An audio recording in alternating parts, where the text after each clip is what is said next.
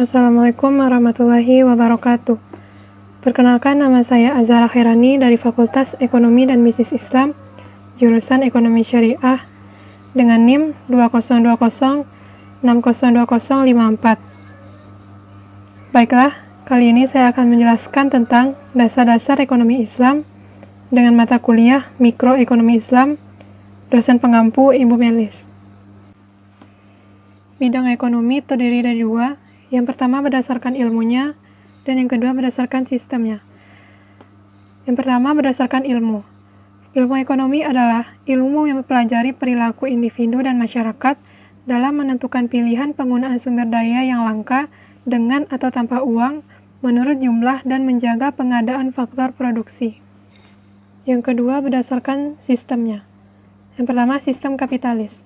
Sistem kapitalis yaitu sistem ekonomi yang memberikan kebebasan penuh kepada setiap orang untuk melaksanakan kegiatan perekonomian. Yang kedua, sistem sosialis, yaitu sistem ekonomi yang seluruh kegiatan ekonominya direncanakan, dilaksanakan, dan diawasi oleh pemerintah secara terpusat. Dan yang ketiga yaitu sistem campuran, di mana pemerintah dan pihak swasta saling bekerja sama dalam memecahkan masalah ekonomi.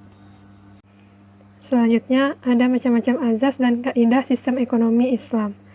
Yang pertama, kepemilikan atau ownership, terdiri dari kepemilikan individu atau private ownership, kepemilikan umum atau public ownership, dan kepemilikan negara atau state ownership. Yang kedua yaitu distribusi atau distribution, yaitu menjamin kebutuhan per individu warga negara. Yang ketiga yaitu disposisi atau tasarruf, seperti pengembangan hak milik, nafkah, dan infak. Selanjutnya yaitu kebijakan mikroekonomi Islam. Apa itu mikroekonomi Islam? Mikroekonomi Islam adalah cabang ilmu ekonomi yang menganalisis mengenai bagian-bagian kecil dari kegiatan perekonomian. Dan dalam mikroekonomi Islam akan membahas kebutuhan manusia, yaitu human needs. Kebutuhan manusia terdiri dari dua. Yang pertama kebutuhan individu, meliputi kebutuhan primer atau pokok, kebutuhan sekunder, dan kebutuhan mewah. Yang tidak wajib dipenuhi atau dibantu individu adalah kebutuhan sekunder dan kebutuhan mewah. Yang kedua yaitu kebutuhan kelompok, meliputi yang wajib dipenuhi seperti pendidikan, kesehatan, dan keamanan. Selanjutnya membahas tentang kepemilikan.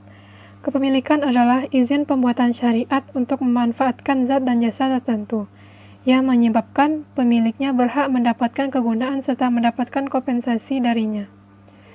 Bentuk kepemilikan sendiri terdiri dari tiga. Yang pertama, kepemilikan individu atau private ownership. Hukum syarak yang berlaku untuk barang dan jasa, di mana pemiliknya berhak memanfaatkan dan mendapatkan kompensasi darinya. Yang kedua yaitu kepemilikan umum atau public ownership, izin pembuatan syariat kepada suatu kelompok untuk sama-sama memanfaatkan suatu benda. Dan yang ketiga yaitu kepemilikan negara atau state ownership, yaitu harta yang merupakan hak seluruh kaum muslim, sedangkan pengelolaannya menjadi wewenang khalifah. Sebagai manusia, kita tentu memiliki kebutuhan. Kebutuhannya terdiri dari tiga, yaitu yang pertama kebutuhan jasmani atau hajat adwiyah, yang kedua keinginan atau kebutuhan untuk memiliki atau hub at-tamalluk. Untuk ekonomi Islam, yaitu sebab kepemilikan. Untuk ekonomi sosialisme, yaitu pembatasan jumlah. Untuk ekonomi kapitalisme, kebebasan hak milik.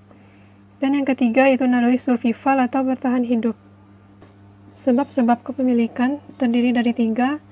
Yang pertama warisan, yang kedua bekerja.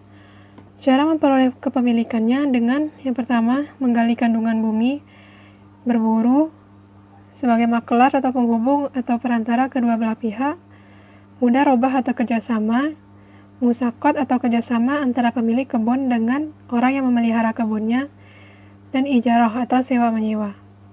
Dan yang terakhir yaitu pemberian negara.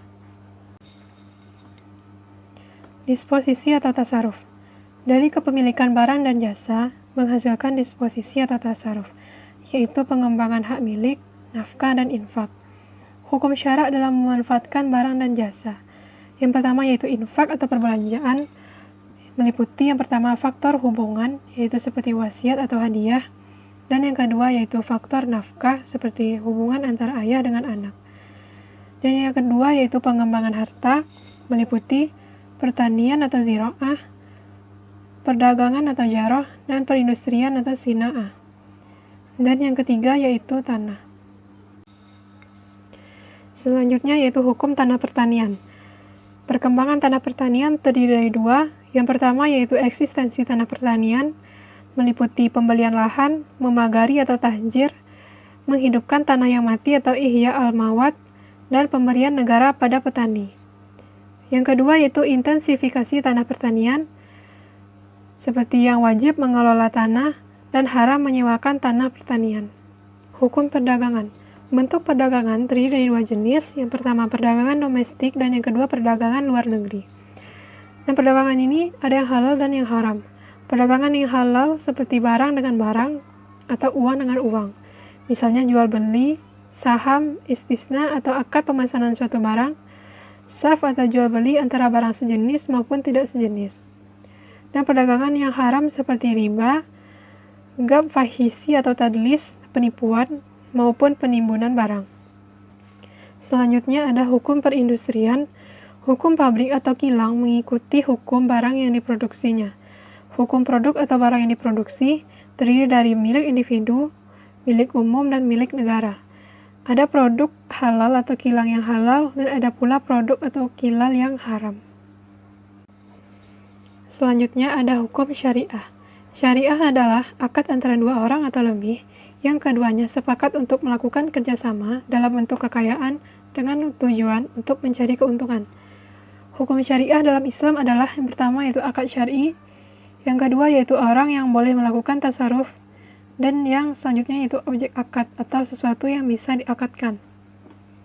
Di dalam akad sendiri ada yang bisa dikatakan belum sah, seperti melakukan syarikah atau kongsi, atau sepakat memberikan modal.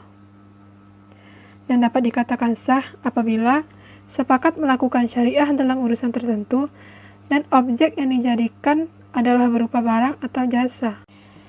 Selanjutnya ada bentuk-bentuk syarikah dalam Islam.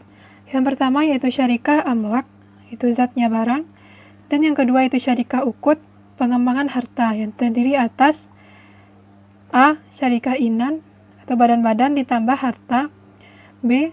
Syarikah abdan atau badan-badan dikurang harta, C. Mudarobah yaitu badan ditambah harta, D. Syarikah wujuh yaitu badan-badan ditambah harta orang lain atau badan-badan ditambah harta pembelian berdua, dan yang E yaitu muwaddah yaitu gabungan syirkah. Pembubaran syarikah bisa disebabkan karena gila, mati, mahjur yaitu pelarangan pengelola hak miliknya karena suatu alasan serta dibubarkan sepihak. Dan semua kerugian dikembalikan kepada harta dan pemiliknya, sementara keuntungan milik kedua belah pihak. Tasarruf yang diharamkan. Yang pertama yaitu infak, seperti israf tabazir, taraf atau berfoya-foya, taktir atau kikir. Dan yang kedua itu pengembangan harta seperti judi, riba, syarikah kapitalis, tadlis, ihtikar atau penimbunan barang. Dan yang terakhir yaitu ada kepemilikan umum.